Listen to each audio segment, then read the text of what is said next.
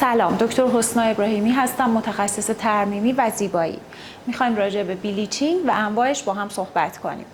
بلیچینگ روش محافظه‌کارانه سفید کردن دندون هاست که نتیجه خیلی طبیعی و خوبی میتونه به جا بذاره و هیچ آسیبی به دندون ها وارد نمیکنه. انواع روش های بلیچینگ شامل بلیچینگ هوم و آفیس میشه. توی روش بلیچینگ آفیس بیمار توی مطب دندون پزشکی توی کلینیک درمان رو دریافت میکنه. کل درمان تو آفیس انجام میشه، تو مطب انجام میشه، هیچ قسمتی از کار به عهده خود بیمار نیست. اصولا طول مدت زمانی که درمان انجام میشه حدوداً بین 45 دقیقه تا 1 ساعت هستش.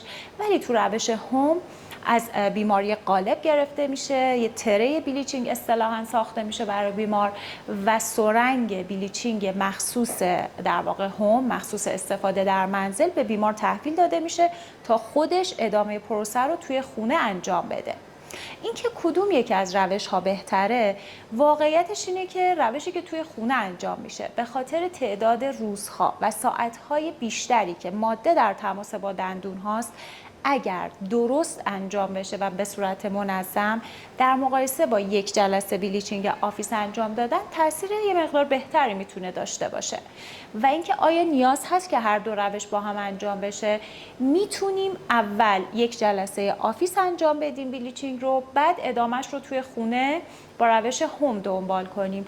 اما واقعیتش اینه که اگر روش هوم به خوبی و مرتب توی خونه انجام بشه، به اندازه انجام دوتا روش با هم دیگه تأثیر خوبی خواهد داشت. برای اطلاعات بیشتر راجع به انواع روش‌های بلیچینگ میتونید به وبسایت کلینیک دندونپزشکی رایا مراجعه کنید.